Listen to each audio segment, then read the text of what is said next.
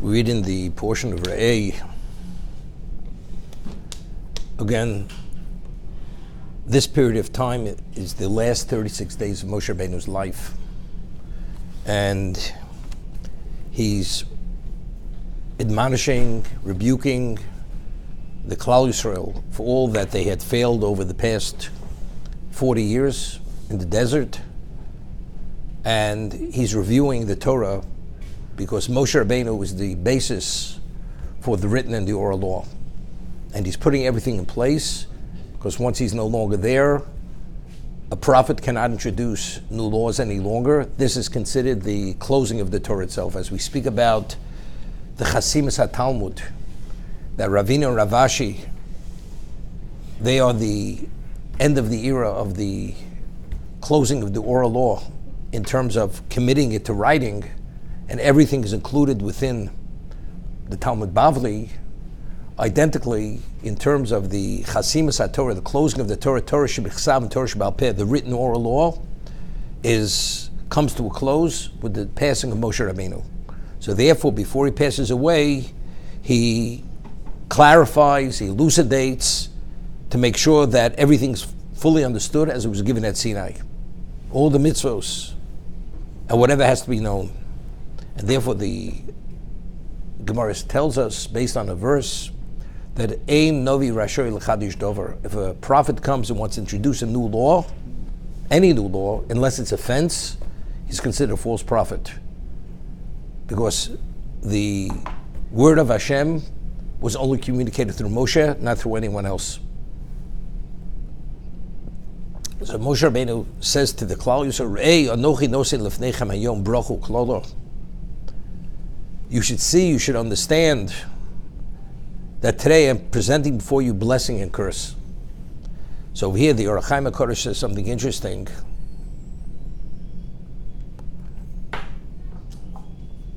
Shlomo Melech, I'm just mentioning this to just embellish what the Orach Chaim HaKadosh says, was known as the Chochem Mikol Adam. He was the wisest man who ever lived. And the Medrash tells us that the wisdom of Shlomo was Kechol Hayom, Al Shvas Hayom. It was like the sand on the beaches, on the seashore. And the Medrash explains, what does that mean? We find that the bracha that Hashem had given to Avram Avinu, that your children will be Kechol Hayom, will be like the sand on the beaches. And just as you're not able to count and come to compute the number of granules of sand, identically your children will be so numerous they will not be able to be computed. So the Medrash says that if you take all the Chachmei Yisrael, all the wise men of Israel, all the sages, all the Jews, and put them on one side of the scale, and you have Shlomo on the other side of the scale, Shlomo's wisdom is greater than all the Jews combined. If you encapsulate all the wisdom of that whole generation, then it would not be the equivalent of Shlomo's wisdom. I mean, it's not fathomable. You understand what this is? Beyond. It's not to be fathomed what it was on a divine level. As divine is infinite, relative to what's finite, this is infinite. That was the wisdom of Shlomo Melech. And Shlomo says to Klal Yisrael, Ani Koheles Melech Yushalayim Hevel Avolam HaKol Hovel. Everything is vain. It's the vanities of vanity. And Ein Chodesh Tachas HaShemesh. There's nothing new under the sun. And the Midrash tells us, within physical existence, there's nothing new. But L'mala min HaShemesh, but above the sun, the spiritual realm is new. There are new things which can't come into existence. But in the physical, whatever was, is, and whatever is will be. No change. And Shlomo says, what does he mean? I am Koheles, the king of Yerushalayim, and I'm telling you, Hakol Hovel. A person who doesn't have such a keen mind is not the genius of geniuses. He tells you, I want to explain you. That somebody comes and presents the theory of relativity, and somebody who has barely an elementary school education says, it's a bunch of nonsense. He's talking like a fool. What does he understand? Does he understand? Can't add two numbers together. He's telling you it's nonsense. Shlomo Melech is the wisest man of all. He says, I'm telling you, it's all vain. It has no value whatsoever. So he'd say, and material has no value. So a person who doesn't have two nickels to rub together, he says, affluence, it has no value. You don't even know what, you can't even put bread on your table. And you're trying to communicate that affluence has no value. Shlomo says, I have it all. I have the material, I have the intellectual, there's nothing which I don't have. And I'm telling you firsthand, it's all nothing. Unless it's a means to an end, which is spirituality, it has no value whatsoever. This is what Shlomo is communicating. So Ohr HaChaim HaKadosh says, Moshe Rabbeinu, no one had an understanding, a grasp of spirituality. No one who ever existed as Moshe had. Moshe ascended 40 days and 40 nights to receive the Torah. Then he ascended another 40 days and 40 nights. And finally, to receive the second set of tablets, luchos, because the first were broken. So no one had a grasp and understanding of God and spirituality as Moshe did. Moshe Rabbeinu was a king. He was considered Melech Yisrael. He had wealth, as the Gemara tells us. He had physical strength. In his physicality, no one was the equivalent of Moshe Rabbeinu. And his ability, so he had the physical and the material. Ray, you should understand firsthand. Nobody could argue. People have different positions on agree or disagree. What Moshe Rabbeinu was, nobody disagreed. In spirituality, everybody was on the same page. He's of one of a kind. In the material and the physical, he's one of a kind. I'm telling you. I'm presenting to you. I am the expert on what broch is, and I'm the expert on what klol is. What engenders, God forbid, a curse. That's why it's Re'eh, because the Re'eh is in the singular. And then, Lifneichem, Tishma'u, right? Then it also goes into plural. So the Ohr HaChaim HaKadosh explains, when it comes to who I am, everybody is in agreement. It's the same perception, the same understanding. Therefore, it's in the singular. Nobody disagrees. And the other is how you process it, how you understand it, how you apply it. The application, everybody's on his own level. Everyone has his own issues, whatever it may be. That's the Re'eh. I'm presenting before you bracha and klolo. What is the bracha? Asher tishmu el mitzvos Hashem Elokechem. The bracha is that if you listen to the mitzvahs of Hashem, Asher anochi mitzaveh eschem hayom, the mitzvahs which I am commanding you today. What is Judaism? Moshe Kibel Torah B'Sinai Mesorah LiYehoshua. Many years ago, a certain person, world-renowned atheist, says to me, professed atheist, till today, unfortunately, he still prides himself that he's an atheist, and he says to me, why is Rabbi Feinstein always the last word in Judaism? This question he asked me over 30 years ago. So I said to him, what do you think Judaism is rooted in? It's rooted in the Talmud. I said, the Reform rabbi, the conservative rabbi, whatever they are, where's their Judaism rooted in? It's rooted in what? In their ethics and their morals. And what's the basis for their ethics and their morals? What's the basis for anything? It's what they feel and what they understand. But what's the basis for their understanding? Do you realize Rabbi Feinstein reviewed the Talmud minimally 400 times? Do you know he has it on his finger to instant recall? I said, that's why he's the expert. And that's why they're not the experts and they have no relevance to what the truth is. I said, our belief is authentic because it's directly from God. It's divine. They don't believe in the divinity of Torah. It's not divine. They have all kinds of discussions. Who was the author? Many authors. One author. Was it Moshe? Was it this one? Was it that one? We don't accept that. Asher anochi mitzav chayom. Asher tishmu mitzvah Elokechem asher anochi mitzav chayom. The only connection that it's anochi Hashem Elokechem is only because I'm communicating it.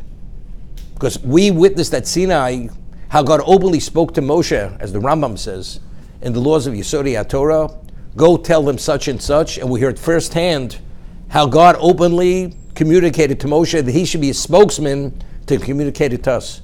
That's the basis for our belief. How do you know it? Person says, were you there? I don't have to be there, but that's the Masorah. We have a Masorah. We have an unbroken transmission, father to son. That's what we accepted. How do you know there's a Jewish people? Right? It's like Lahavdil.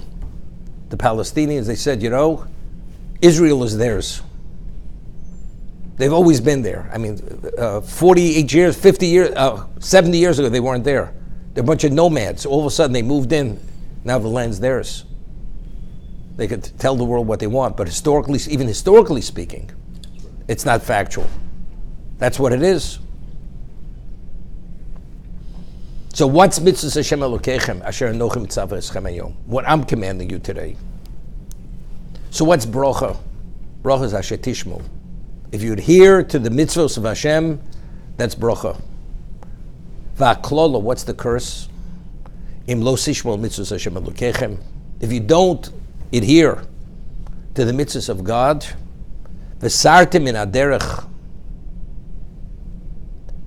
asher anochi mitzavah eschem hayom, and you will veer from the path that I'm commanding you, lo leches achri elhim acher meshelo yadatem, to worship false gods that you don't know. So Rashi over here cites the Gemara that a person keeps the Torah its entirety, but he's an idolater. So his status, his classification is he's considered as if he rejects the whole Torah its entirety. A person is a cultural Jew. Reconstructionist Jews, they don't believe in God. It's purely a culture of a tribe. That's what they believe in. So what's its value? It has no value. So kolamode ba'avodas kochavim, a person who accepts and acknowledges idolatry, paganism, it's kilu kofeb chola terkula. He's rejecting the whole Torah's entirety. Of course, whose tefillin are you wearing? What did they represent? What, you're the Am Hashem? You're God's people. There's no God. The Shabbos, that God created the world and rest on the seventh day. What relevance does it have to God? It has no relevance. Nothing has relevance to God. It's purely you created a fiction over here which mimics something that Jews do, but this is not what Jews do. This is not what it's about. It's not rooted in that. And from this verse, from this posuk, we learn that if a person goes after idolatry, it's lo sishmu. It's the equivalent. You're not doing the mitzvahs. You're not doing anything. You acknowledge idolatry, you reject it all.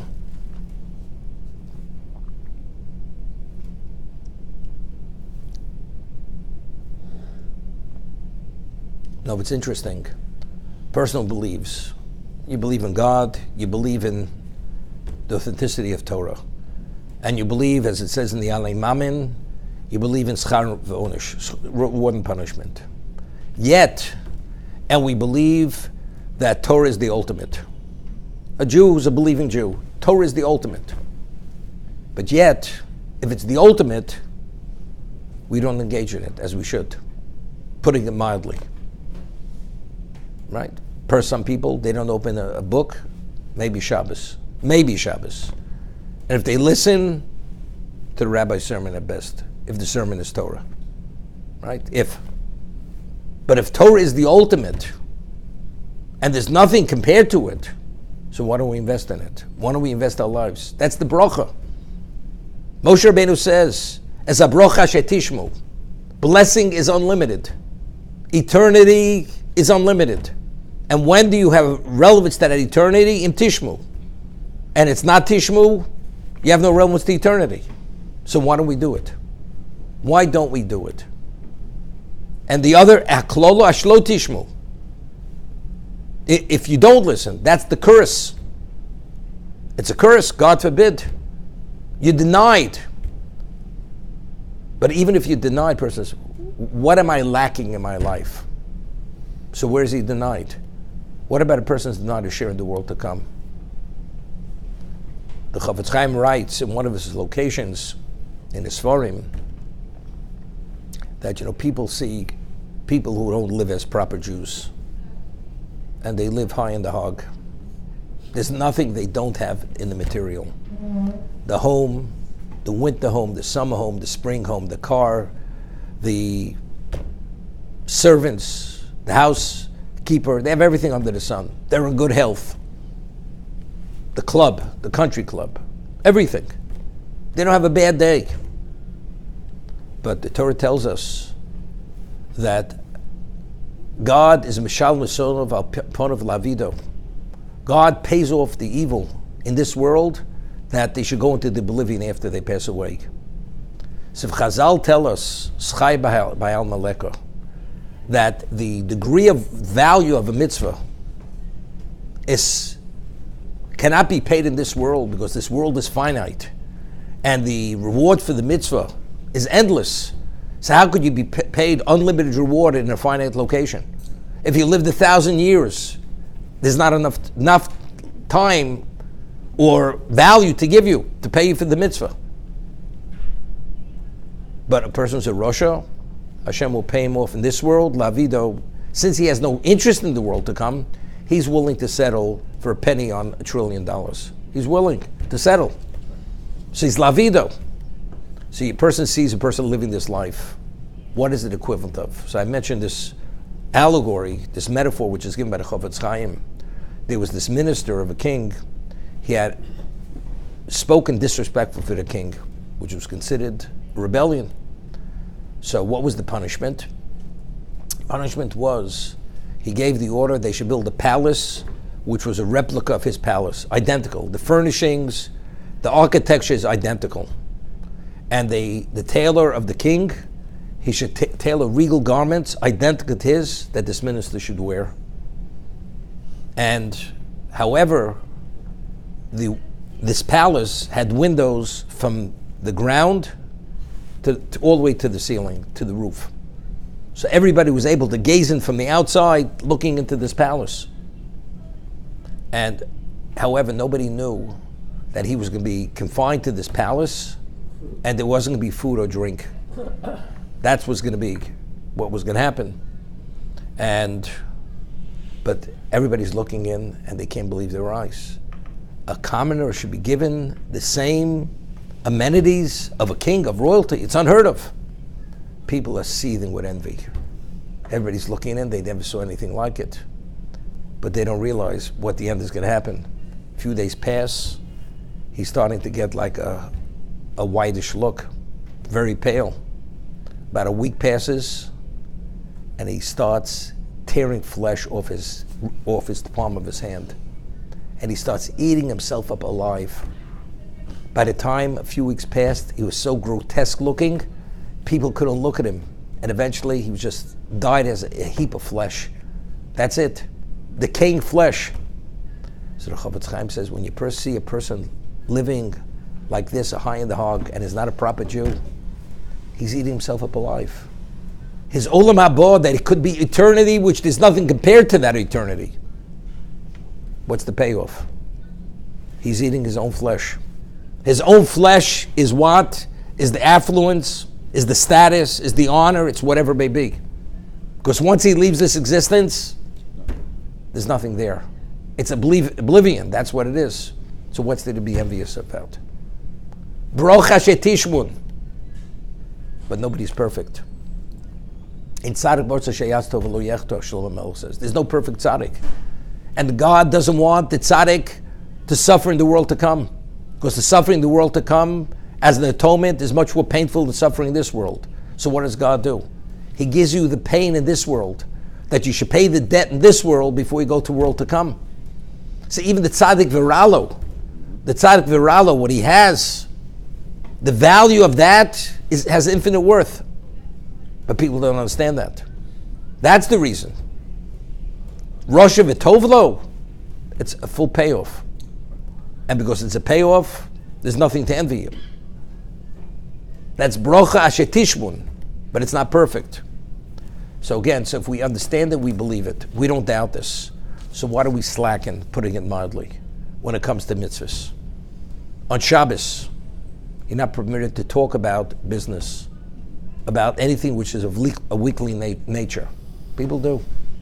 But you're not supposed to. It's a desecration of the Shabbos.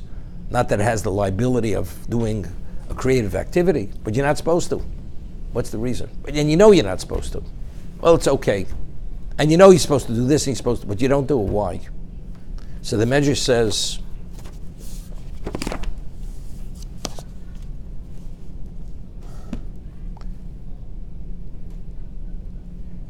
Moshe lezokein shoyoshev al haderech. There was an elderly person sitting on a crossroads on a road. V'hoyu lefanav shnei drochim, and there were two roads, one to the right, one to the left.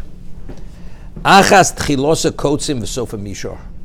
The first road was briars and brambles and thorns, disastrous road. But ultimately you came to a wide open road, which was smooth, with shrubbery, everything. But the other road to the left was 20-lane highway, well lit, every amenity on the way. Well, Yoshib Roshdeyan and the elderly sage were sitting at the beginning of both of these roads, one to the right, one to the left. Umaza over him, and he would forewarn the people, and he would say, although you see this road looks disastrous and you wouldn't consider taking it, I'm advising you to take that road. Because ultimately you're going to come to a location where you're going to see there's nothing compared to how special that road is. And the wise man, he would listen to the what? To the advice of this elderly sage. And he would go and he would be weary to a small degree. The going is not so easy. As they say, it may be a long road to hoe, but relative to what you're going to have at the end, it's a pittance. It's nothing. It's like a person says, I have a sure return on your money, 10,000 times on your money, but you have to invest $1 million. Guaranteed, and it's guaranteed. It says, $1 million is a lot of money. But in terms of what the return is, it's a pittance. 10,000 times on $1 million and $1 million investment guaranteed, but that's still a lot of money. But it's a pittance. In terms of what the return is, what we have to invest, you can only sleep 4 hours a night. You have to forego many things. You understand? But relative to what the payoff is going to be, it's a pittance. At one time, a person to rise in the military, to be a person of rank, colonel, general, it took a lifetime to go through officer school, many things to get to those various levels. But a person who wanted to be a career officer, whatever it took, it was worth it because he understood what's at the end of the road, that glory. But let's bring it to a more relevant level. Person wants to make partner in a law firm. He doesn't see his wife, he doesn't see his children until he makes partner. He finally makes partner when he's 60 years old. His kids are ready, they're about to get married. They barely know him. Right? So what? But he's willing to do it because it's worth the glory and the power what's waiting when he's 60 years old. And so that's just a regular practical application of that. So it's a kima. It's a pittance in terms of meriting eternity. But those who didn't adhere and didn't take the advice of this elderly sage, ultimately they stumbled and they what? And they failed at the end. They thought they were going. He used to have certain terminologies years ago. It was called Easy Street. He thought he was on Easy Street. There's no easy street. The road gets rough and the road becomes impassable, and ultimately you have a landslide and you're buried. And that's the end of the story. That's the other road. That's the left road. But if you take a look in the Yalkut says, to go that road, how many days does it take? 3 days. It's a 3-day travel. Relative to eternity, what's 70 years? 70 years is a blink of an eye. That's all it is. It's a 3-day travel. That's all it is. Not more than that. Harei derech chaim ubocharta b'chaim L'man tichya ato v'zarecho. And this is what Moshe Rabbeinu is advising them: choose life so that you should live, you and your progeny.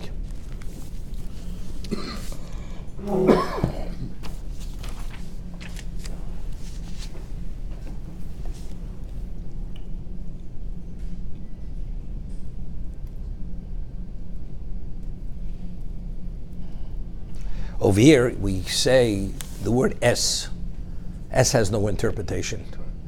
It says es habrocha. It should say habrocha, right? What's es habrocha? What's the es coming to include?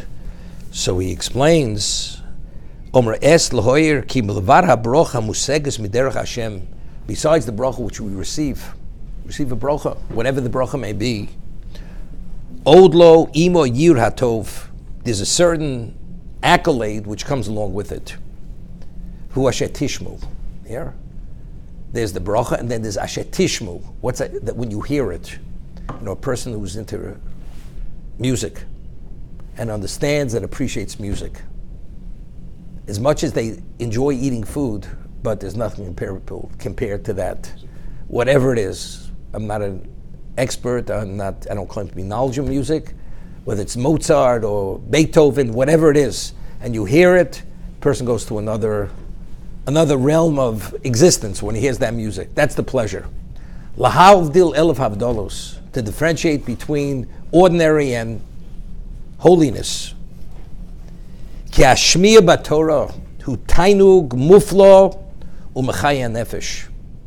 When you listen to the Torah shetishmu, when you listen to the words of Torah, besides the reward, the actual listening itself is a level of exceptional pleasure, and it enlivens, it enriches the soul. It's an immediately enrichment. Ka'omro, shimu tchi navshechem.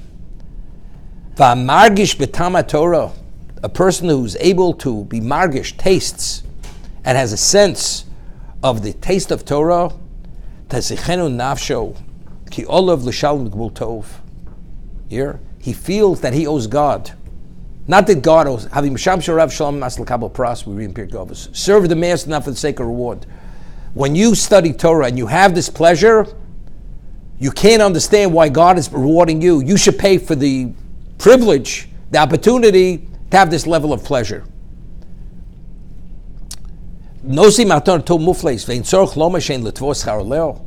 I should feel God owes me. A person who studies Torah and has this level of pleasure, you feel God owes you anything. God owes you nothing. Rav Shach Zeich Tzadik Levrocha used to say that the richest man in the world, who has everything, doesn't have this world as much as he has the physical world. Yeah, this is Rav Shach. Rav Shach lived till 107 years old. And he passed away that long ago. He says, no person has his olam hazeh, has the experience of the physical world as he has, in the positive. Why? He says when he works on a difficult Rambam, and he toils on it, and he agonizes over it, and after weeks of work, he comes to an understanding, the level of pleasure he has, there's no pleasure in existence like that pleasure that he has. That's what Rav Shach said. And anybody knew Rav Shach, it was fact. That's the way he experienced the resolution and coming upon the truth of Torah. Asher tishmu. The hearing, the understanding, that itself, there's nothing comparable to it.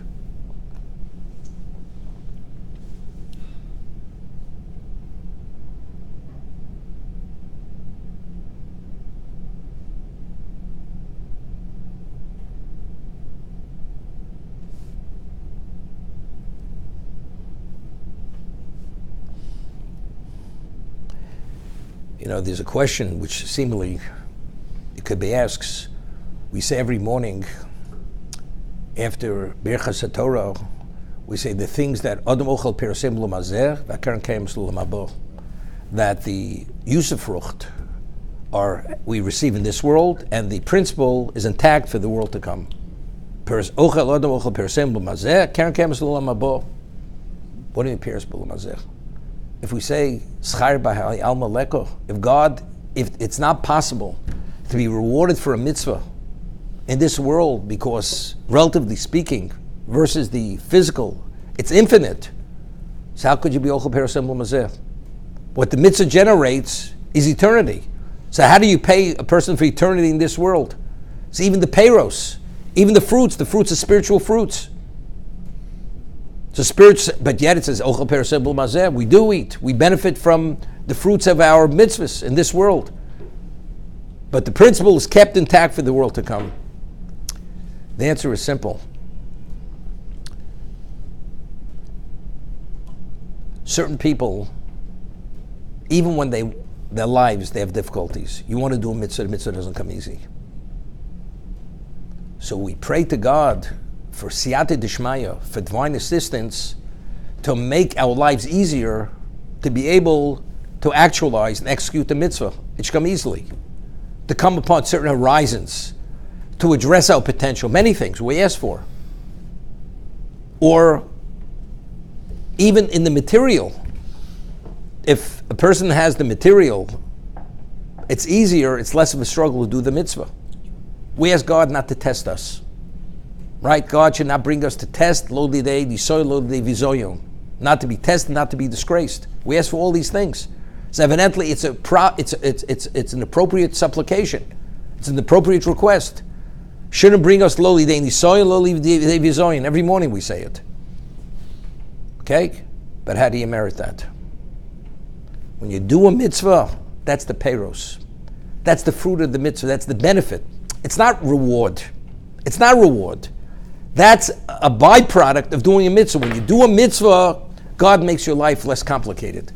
He provides certain amenities to be able to enrich your spirituality. It should come more easily. A person doesn't have a retentive memory when it comes to studying Torah. You find, all of a sudden, the more you study, the more you're able to retain. Although the person initially was an ordinary, seemingly ordinary person, he became a special person because he applied himself. There's a famous story I once told over. The Sdei Chemed, the family name was Medini. He came from Bukhara. And he came to Israel in the 1800s. And he was a good student. And he authored a work called Sdei Chemed. Sdei Chemed. It's about an 8-volume work. It's encyclopedia on the Talmud. Many subject matters. And he had an encyclopedic memory. He had that kind of memory.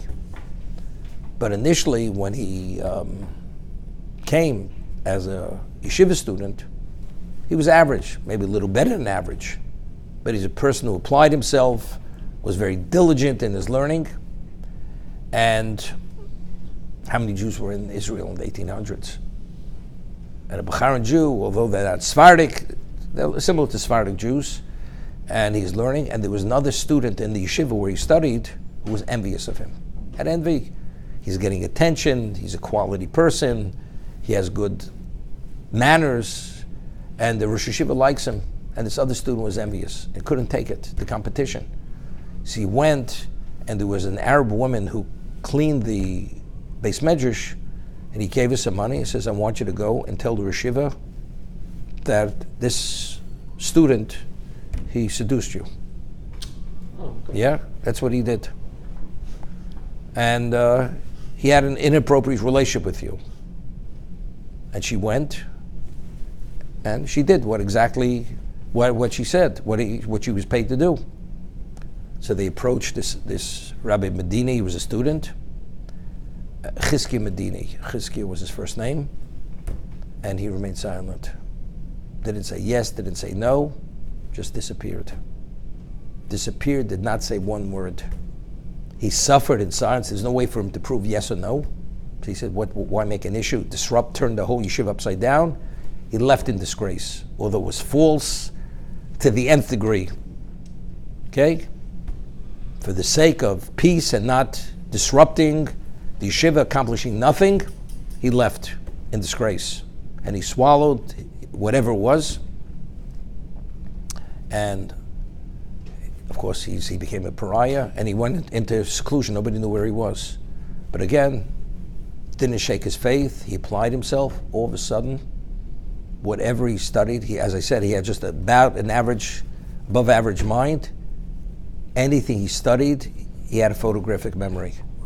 Everything he retained, everything he understood. Because he had done that, he merited a siyata d'shmaya that was unheard of. It was miraculous what happened to him. And he became the Sdei Chemed, and because he had this encyclopedic knowledge, he was able to author this encyclopedia of the Talmud. What happened at the end of the story? This Arab woman, she got sick and she was on a deathbed. And on her deathbed, she believed she was an old woman. The reason why she was dying is because what she had done. She openly admitted before, and then on a deathbed, what she had done to this innocent yeshiva student, and she was paid off by this person. So only then did it become public knowledge of what kind of tzaddik this Chizki Medini was, that he did say a word and he walked away in disgrace. So that's Perusei Bolam Hazeh. For doing that special act, you don't have to wait for the world to come to be able to benefit. But what is the use of frucht? What's the payoff? The payoff is not the material for the material. The material is a payoff directly relating to the mitzvah. To be able to live as a Jew, as a special Jew, and merit certain abilities, to be able to advance yourself, which you couldn't have unless you merited that assistance.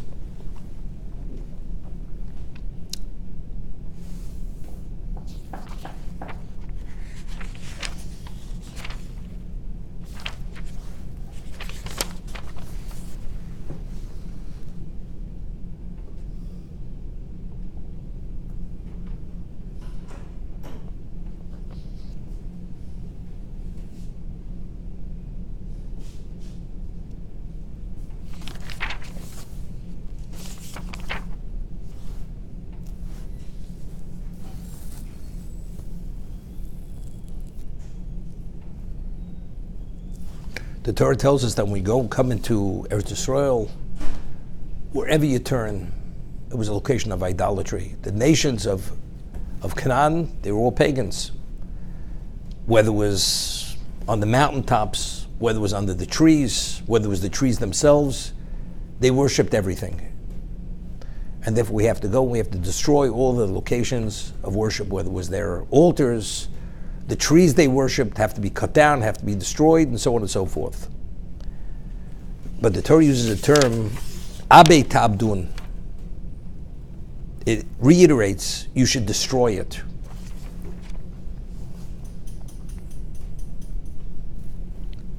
So over here, he says something interesting. Or Chaim again, this is based on Kabbalah. He says, we had mentioned many times, the Nefesh Chaim speaks about this. Whenever a person sins, the Ramchal speaks about this, it creates an impure force. Impure force. And whenever you do a mitzvah, it creates a force of purity. In Hebrew, the word chet means deficiency. It's deficient. He says, Chil Hashem. Why is a desecration, God's name desecrate, what's called chilul, comes from the word cholol. It creates a vacuum. Because where there's impurity, there can't be kedusha, holiness, in that location. So the vacuum drives out what's pure. So when a person does tshuva, you repent, that dissolves and that vaporizes the impure force that came as a result of the sin, and therefore the holiness, the kedusha, the purity can be restored. That's the idea. Now, we have to destroy, so when they did idolatry, that generated a great degree of impurity. And that's what we had to destroy it. Everything had to be cleansed. Mentioned the other week, Moshe Feinstein has a responsa about if you buy a church and you want to convert it to a synagogue, what do you have to do? La locha. Because he had idols on the walls, the statues, and they worshipped, you have to strip the walls of the plaster. Anything that was exposed to that pagan worship has to be stripped, and you have to replaster the walls. Everything has to be. Why? Because that was exposed to that impurity. That's what you have to do. Eretz Yisrael was permeated with what? With impurity, with idolatry, paganism at a very extreme level. I mean, the land spit them out. We speak about the abominations of Canaan. The land couldn't tolerate any longer. We're talking about Eretz HaKadosha, the Holy Land. Spit them out. Literally, regurgitated them. It's like a person eats something which is putrid. The system vomits it out, regurgitates it, can't hold it down. The land couldn't tolerate any longer the impurity. We go in, but the impurity's there. We have to flush it out. We have to somehow cleanse it. We have to purge it.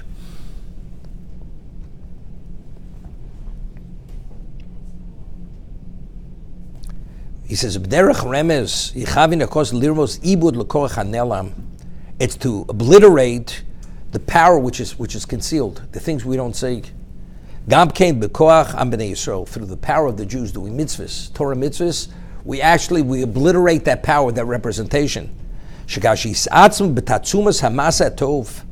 When the Jews become intensified, the good deeds, the mitzvahs, Yovdu nigla v'nistam, what the obvious and what's concealed becomes vaporized. We vaporize that. Hashem says, all the locations they worship there. We don't, it's so impure, we don't even mention the koach, the sitra achra, we refer to him as samach mem. We don't even mention his name, because even mentioning the name generates an impurity. To uproot him.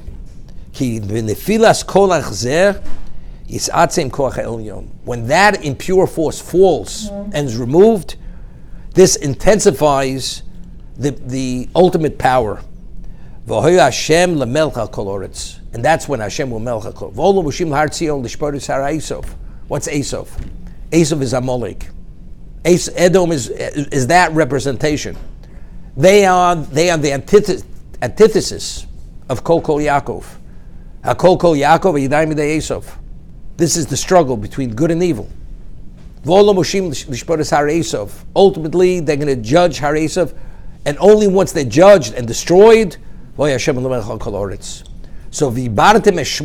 you obliterate them, that representation of the Samach Mem, and we intensify the power of the mitzvah of Torah, now, there's a Orach Chaim in Parshas Hazinu, where over there he says something phenomenal. Moshe Rabbeinu says to Klal Yisrael in Hazinu, "Bahanchil Elyon Goyim, Bafrid b'nei Adam." We spoke about the generation of the dispersion. They built the Tower of Babel to rebel against God. There were 70 families. The 70 families became 70 root nations. Okay? So when B'hanchil Elyon Goyim, when God gave over the nations, Ba'afrido b'nei Adam, when he separated mankind, Yatziv Gvul Osamim, he set boundaries among the nations. Now how many boundaries did he set? Lemisb b'nei Yisrael, according to the number of Jews. It says, B'shivin nefesh yodu avseinu Mitzrayim, 70 individuals went down to Egypt. So to correspond to those 70, there were 70 nations. So the number 70 initially was God set 70 nations to correspond to the 70 individuals who went down to Egypt. Okay, that's simple understanding of the pasuk of the verse. Ki chelik Hashem amo Yaakov chevel nachloso. The Jews are a chelik of Hashem. Yaakov is the chevel nachloso. See, he writes over here.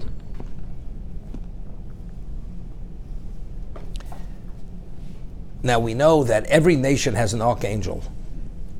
Every nation. As we find, it says that when we left Egypt, it says, Mitzrayim nosei achreim. Egypt was traveling after them. It should say Mitzrayim nosim in the plural. Why say in the singular? So Rashi cites the Midrash. It was the archangel of Egypt was traveling after us. Because every nation has an archangel. So that means the 70 nations, he gave each one a separate archangel. There's not one archangel which oversees all 70 nations, but the 70 archangels one for each nation.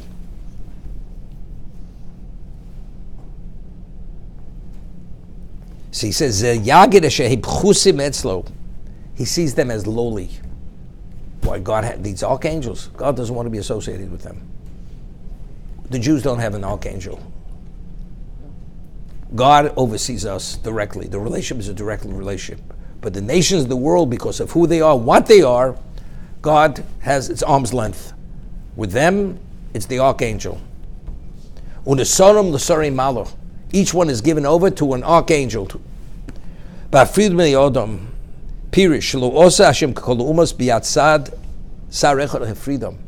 He could have wanted to appoint one archangel to oversee all 70. He gave, each nation has its own archangel. Because when he sets them, each one in his place, this is very important, and it's based on a pasuk in Koheles.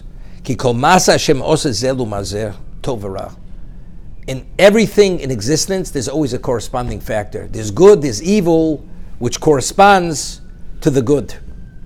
There's always a counterbalance. There's good, there's evil. There's all souls that came into existence, they're comprised of two trees. Ilon echot tov yichlon roch. You have the good tree and you have the bad tree. Ilon tovu Adam Rishon. Adam, he was created with a pure soul. There wasn't a trace of impurity in him. Ilon rahu samach mem Adam Belial. That's the negative. That was the Nochosh, the ancient serpent in the Garden of Eden. He was the representation of evil. Ushechot Adam Rishon v'nisarei rav betov. When he ate of the tree of knowledge, and there was an intermingling of evil and good. It's like, God forbid, a person takes a foreign substance. The most intense level of heroin. He's an addict forever. He's always fighting his demons till the grave. Can never get it out of his system. That's all the nation. After Adam ate of the tree of knowledge, there was such a embedding of evil. It was intermingling of good and evil. So now his progeny were no longer what he was originally. Now he produces what he became. Until there was one soul that came out pure. And from that soul, all pure souls come into the future. And that good tree was established from anew. That was Yaakov. The Gemara tells us what was an indication that each of the Avos HaKadoshim, each of the patriarchs had an element of impurity in them, because Avram had Yishmael besides Yitzchak. Yishmael was an expression of that impurity that existence within Avram. Esav was an indication of the impurity that existed within Yitzchak. Yaakov, all his children were tzaddikim. They're referred to as Shiftei Koh, the tribes of God. Because Yaakov, as a result of, he was the son of Yitzchak and the grandson of Avram, he was born with that special soul. And therefore it was pure.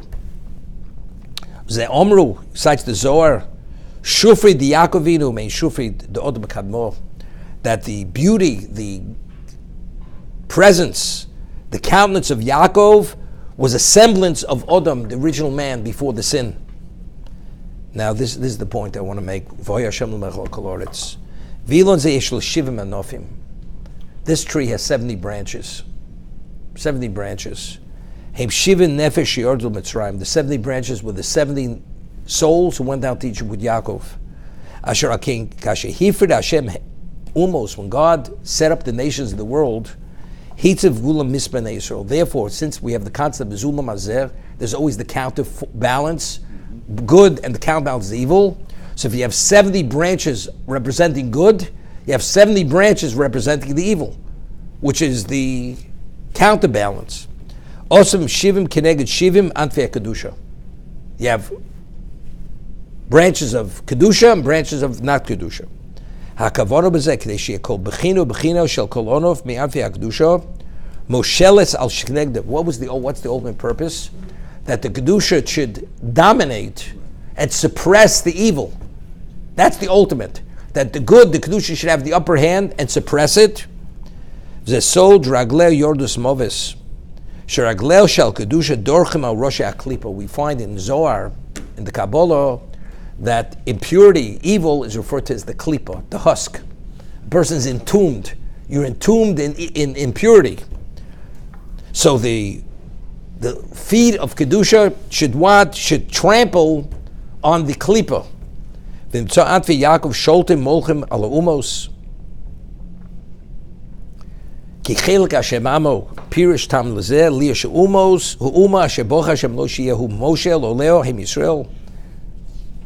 V'zeh niskavin Hashem v'himlech v'nises b'nei Yisrael al kol umos. Therefore the Jews have the position, they reign over all nations of the world.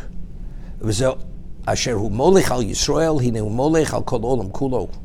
Here, so therefore, if a nation rules over the Jews, they rule the whole world, because the Jews are the whole world.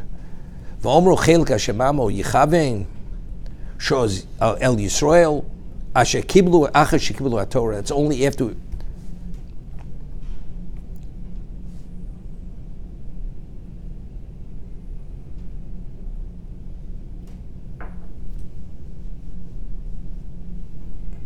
So when is it going to be? It's as we're saying over here. Only once the Jews have intensified the kedusha through Torah mitzvahs, then we dispel all the evil which were perpetrated and that polluted the world.